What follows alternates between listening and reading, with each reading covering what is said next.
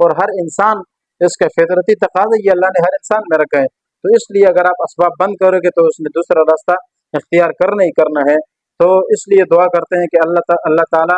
ہمیں اس معاشرے میں جتنے بھی برے رسم و رواج ہیں ان کو ختم کرنے کی، اور اس کے ساتھ ساتھ ہمیں صحیح معاشرہ اور نیک لوگ اور غیرت مند لوگ اور علم والا معاشرہ اور جہالت سے دور معاشرہ اللہ سبحانہ و تعالیٰ ہمیں نصیب فرمائے۔ وآخر دعوانا الحمد للہ رب العالمین۔